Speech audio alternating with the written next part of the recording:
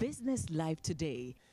Hello once again, welcome to the news. It's a big day in the oil and gas industry. President Akufo-Addo has emphasized plans by his government to make Ghana a petrol hub and establish a petrochemical industry in the country in order to ensure sustainable supply of energy. Speaking at the official opening of the J. Kufuor FPSO, the president revealed that government is committed to ensuring that the energy sector remains one of the most reliable and competitive in the world.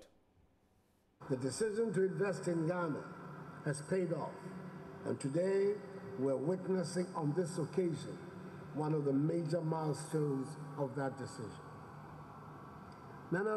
Ladies and gentlemen, it is evident that we are steadily working towards the realization of the vision of making Ghana a petroleum hub and establishing a petrochemical industry here. Not only that, but also ensuring sufficient, reliable, and affordable clean energy for power generation and supply in Ghana to support economic activities and keep the country on the right path to desired growth. I believe the attainment of this feat has been made possible due to consistent implementation of sector-related policies and programs aimed at creating the right business and investment climate to ensure the rapid and continuous development of the sector. It has been 10 years since Ghana made the historic discovery of oil and gas as a result of the bold and far-sighted policies of the Kufuor-led NPP government. Indeed, the decision to restructure and reorganize the operations of GNPC to make the corporation focus on its core mandate of exploring for oil and gas and creating an enabling climate positively changed the operating environment. The then president played a truly seminal role in the development of the nation's oil and gas industry, and it is thus befitting to have the OCTP FPSO christened in his honor. The OCTP project is an integrated plan for development of oil and gas. The second phase will be the development of gas. The gas project involves the development of natural gas and is expected to produce reliable volumes of gas estimated at over 170 million standard cubic feet per day into the Ghanaian market, enough to generate about 1,000 megawatts of electricity. It was a very colorful ceremony in the oil city. Let's now hear from the man whom the FPSO is named after, former President John Agyekum Kufuor. And about the oil proceeds? Sound management, efficient management. Our constitution is based, anchored on accountability and transparency in all aspects. It's not just at the highest levels of government, right down to even the private sector. We must all try to be accountable and transparent for the good of the nation. All right, thank you very much, President. Thank you very much. We've also been picking the thoughts of former Petroleum Minister Emmanuel Amakofi-Boa. Said it from day one that this project is a real game changer. Not because of the oil, but because of the volumes of gas that is critical for our industrialization. And that is why we did a lot of the things we did, to be able to work to bring the World Bank, IFC, and key players to provide the guarantee, the partial risk guarantee. The energy sector has so much risk, and so if you are producing a resource that has to be sold in the country to ECG, VRA, you clearly know the challenge. But what is really important is that we never gave up. I'm very happy that today in the president's speech, he commended President Mahama and his government for the tireless effort. I think that's important. It comes a little late. Why? On a day of commissioning. I had wished that we had gotten all the support from the MPP then in opposition. I say that. On a constant basis, this project was condemned when critical investors were here on the eve of the Prime Minister of Italy's visit to this country. The minority had a press conference condemning this very important project. But of course, we now know none of them was true. I think that the lesson for us as a country is that there are things that must stop at the politics, must stop at the political edge. And the lesson here is that when MPP is in government and they are doing things that we know goes to the heart of our country, we have to stand for Ghana. All right. I think that is important, and I'm very sure we have been vindicated today. But 58,000 barrels a day, good for government. But for locals, you're looking for jobs. Yes. In terms of local content, how is this helping? I think it's very important. If you look at the progress we've made in terms of local government, again, you go back and look at the local content airline that was passed.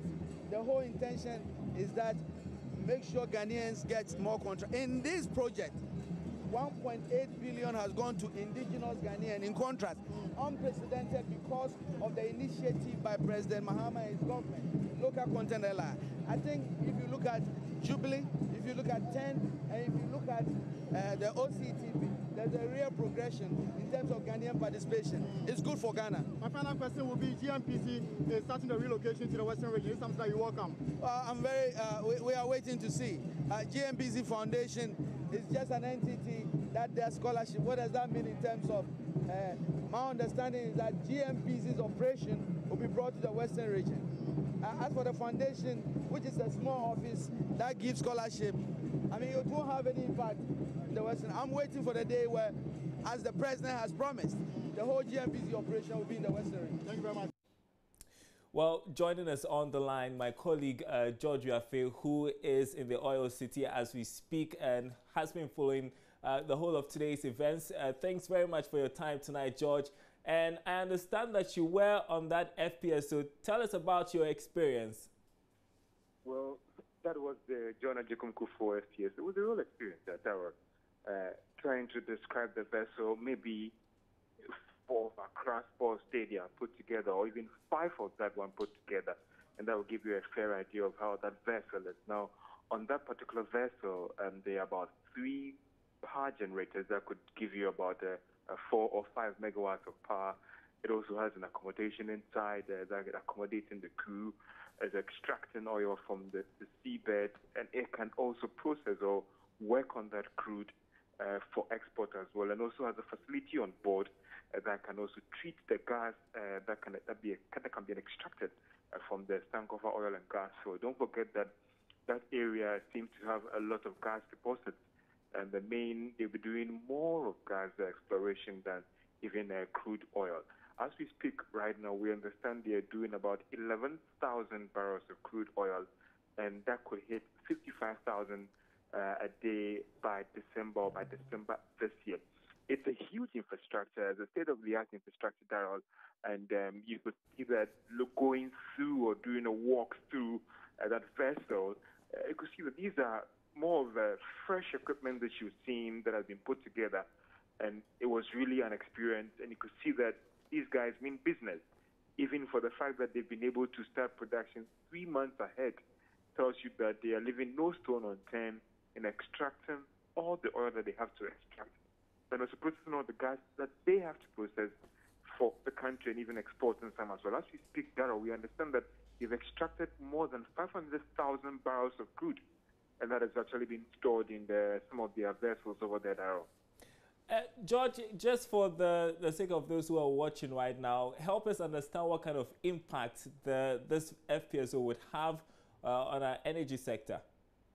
Well, what we are also picking up from those who matter is the majority of the gas that will be extracted, they are trying to sell it to Ghana. And we understand is that they could supply us gas that could generate more than 1,000 megawatts of power. And so for a lot of people, if crude is a problem, they can extract that gas that would help in power generation. And so that is for us as well. Well, government, on the other hand, is also saying that we are now, or we can describe ourselves as an oil and gas industry, looking at the deposits that are available. This is the country's 3rd oil area. And if you look at what these guys here and I are doing, it looks like they might even end up producing more than what they are even targeting to extract from the seabed, and even in terms of gas barrels. And for some people, they will say that if they're going to extract more gas and agreements that are being reached to help generate power, it also impacts on the energy mix in terms of the cost of generating power. And that could go a long way, Daryl, to reduce the amount you and I pay for our tariffs. And economists would say all other things being equal. But what I can also tell you, Daryl, is that the gas will start the export that is from next year, second quarter. So let's hope that by next year we could have some implications on the tariffs in terms of how much you and I pay. And I know that you've been doing a lot of interaction with the various stakeholders, government, business people. What are their expectations? What are they saying about this? Well, for government, they are saying that, listen, we are now an oil industry. And what does it require of government when you get to that status? It means that you have to do more investment, and also agreeing that is the Energy Petroleum Commission is also saying that, well, as the industry expands, what you have to do is to build the capacity of indigenes to gradually take over. Well, I was amazed at the indigenes or the locals I saw on the vessels. These are engineers, and it's not just very skilled personnel. And some of them actually had the education outside the country, and they've come down to Ghana here to work. So in terms of the technical and knowledge transfer, I think we can say that we are assured that we now have the skills, and government says that they are going to do all that they can to ensure that that transfer is done on the part of government. On the part of ENI, they are saying that, listen, we have the equipment right, so we are going to extract oil from the seabed, process it well, and if the agreement is good, you're going to get the crude, you're going to get the gas. But those who are also on the field, their commitment is that, listen, we're going to do our best to ensure that Ghana benefits more from this oil find. And we can't lose sight of the impact it's going to have on the city of Takoradi, the businesses that are coming into the city because, I mean, of this new addition, the FPSO. No, that is true. If you even start from aviation, if you even start from the hospitality industry, and for anybody who has been to Takoradi before, 10 years ago, 15 years ago, I think you could count the number of hotels in this region. But now you could see a lot of the serious boom in terms of the hospitality sector. And the flow of traffic in terms of flights that are coming in, the frequency, even the private jets. And sometimes even when you're to book a hotel here, sometimes they are booked. So you could see that it's become a hive of business activity. It's become a hub for oil and gas. Now that Ghana National Petroleum Corporation is also saying that they would try and relocate their technical headquarters here. You know what that means? More investment opportunities here, more employment opportunities here. But again, Dara, when you engage the normal indigent here in Takoradi, their argument is that, well, yes, this is good, but tell me whether these jobs are going to people who are coming from Takoradi, or maybe someone like you, Dara, being employed as a communication manager at ENI or even Ghana National Petroleum Corporation and coming to settle here in Takoradi. The argument is that, yes, it's going to Ghanaians, but we wish that they go to people who were born and bred in this region. All right, just jog my memory before you go. How many barrels a day is the FPSO expected to produce? Well, right now, we've got the figure that we're doing a little over 11,000 barrels a day as we speak right now. And therefore, they are hoping to ramp it up to 55,000 barrels by December this year. But as you also speak right now, Daryl, they've done more than 500,000 barrels already that has been stored in the reservoir on the seabed, on the sea. All right, Georgia Faith, the live was from the oil city Takoradi. We want to move on to some other news we are following for you. Subscribers to the Tier 1 pension scheme will now be able to access information on their claims and contributions on the internet. Now, this follows the launch of a new SNIT web portal, which will see all employees, pensioners, and employers of SNIT given a convenient way of transacting business online. Dr. John Ofori-Tenkrang is the Director General of SNIT. He tells Joy Business that the new web portal is aimed at reducing operational costs of SNIT. After 45 years of manual operations right here at SNET, managers and, of course, stakeholders have decided to move operations on an electronic mode, and this was made at the very launch of the special SNET self-service web portal right here at the Pension House in Accra. The main aim for this very, web portal is to bring services to the doorstep of customers, as we got in touch with the Director General in charge of SNET, Dr. Tinkran, to explain to us what exactly this very innovation is and what it means to management of SNET. We're going to save in terms of speed. And leveraging on technology, hopefully, is also going to allow us to be able to deploy the manpower that we have in other areas and leave the stuff that can be automated to the computer to do.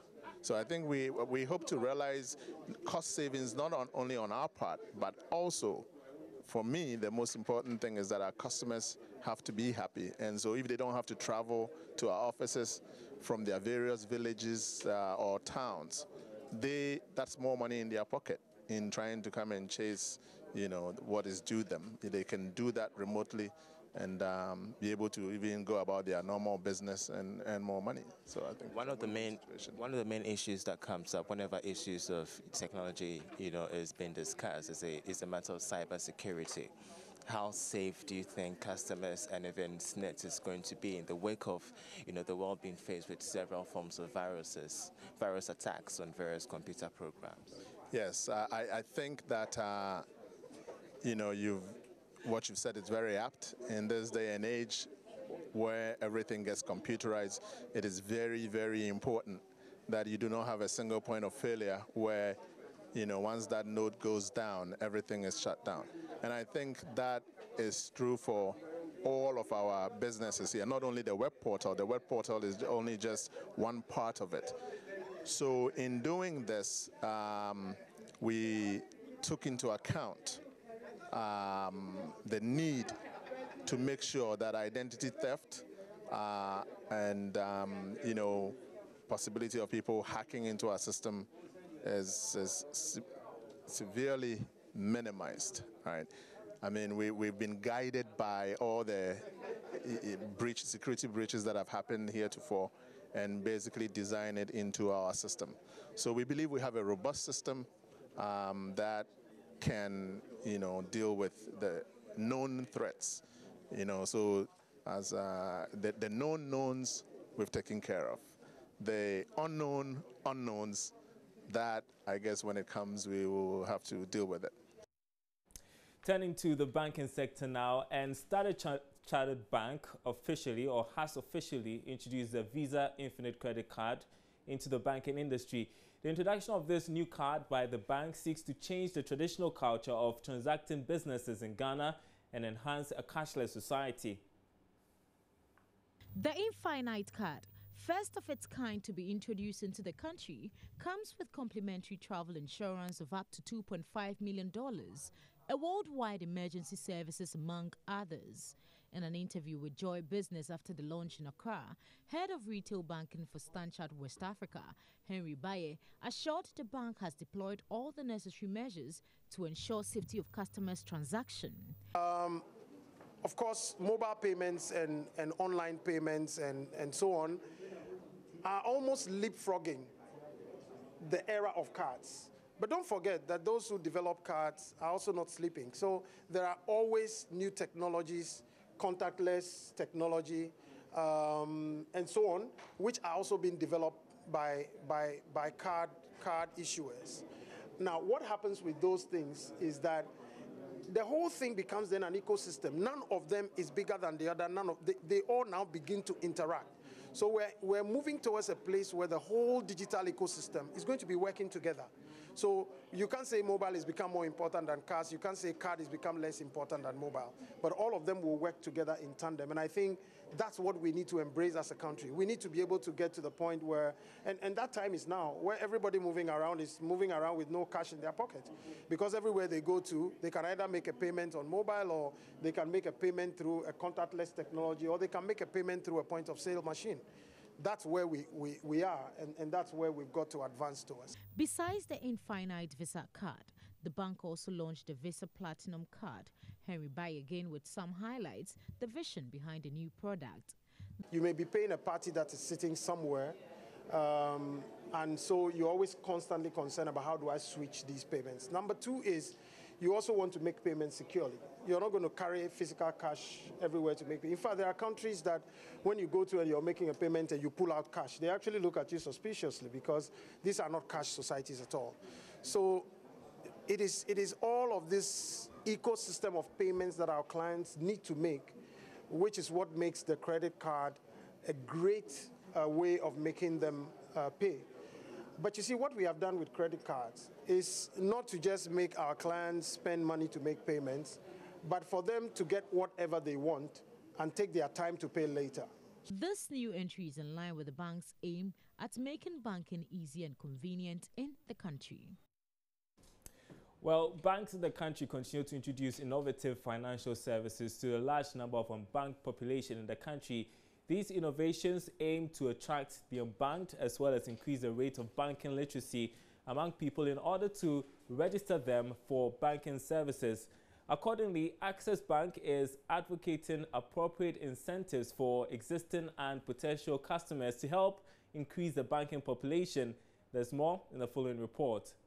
The population of the unbanked community in Ghana remains high, despite the influx of commercial banks in the country. The various commercial banks continue to come up with innovative ideas to help rope in many more people into the banking industry through incentives and promotions. These innovative means are expected to increase the rate of banking literacy among people in the banking sector. Group Head of Retail Banking at Access Bank, Matilda Asante-Asiedu, spoke with Joy Business after the bank launched its Ebusua Chedia Savings promotion to reward over 5,000 families in Ghana from now till end of December. Savings is a necessity for all of us, and it's something that we have to do anyway. But you know that as human beings, whenever we have an incentive, it motivates us to do more. So the whole idea is to give our customers and prospects incentives, families, friends coming together, saving for a goal, and in the process winning amazing prizes. Well, essentially part of a strategy that we have been running for the past 6 years and more is what we call inclusive banking. And inclusive banking simply means that bringing into the banking segment customers who ordinarily are unbanked or underserved. Divisional Head of Retail Bank, Stephen Aban, explains the targets for the promotion. Targeting the unbanked, because we believe that every Ghanaian have the right to banking. We recently launched our Star 901 hash product that enables all customers, irrespective of the phone type you have, whether you have internet or not, you should be able to bank easily. By dialing Star 901 hash, you have access to all your banking details. You will be able to even use that one to open an account. There are a lot of other initiatives. We have segmented products for children, for students, for those who are working, for pensioners, for everybody. And you're watching Business Live on the JoyNews channel. We are taking a short break. We have the interview of the day after this break. Business Live today. Welcome back. Now, regional trade advocacy organization Borderless Alliance is prevailing on government to expedite action on reforms at the country's ports. This follows a recent study carried out by USAID earlier in the year, which revealed high charges and lack of transparency at the ports, among others, as unduly impeding trade with other countries.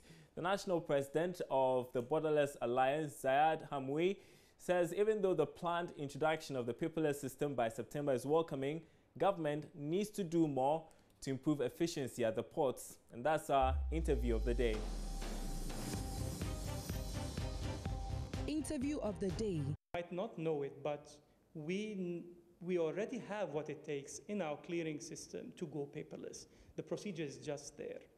But we are not making full use of it because we need to still have loopholes in the system to exploit for our benefit sometimes, but it ends up to our disadvantage. And in my opinion, it is best to just do away with the human factor where we can redeploy whichever agencies are involved in the procedure in other areas of the clearing procedure, or move out of the clearing procedure completely, if possible.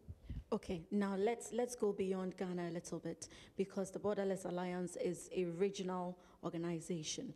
Togo, countries like Togo, Burkina Faso, what are they doing in terms of port management and administration that you think Ghana isn't doing? Ghana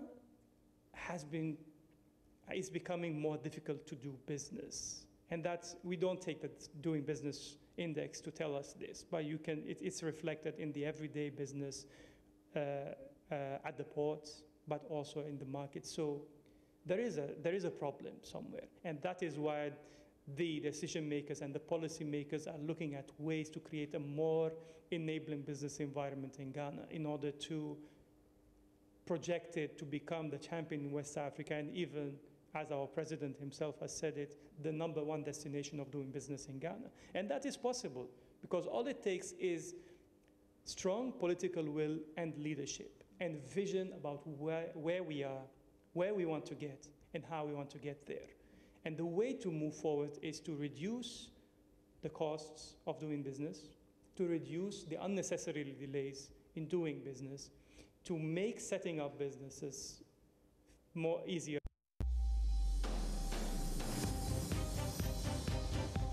Interview of the day.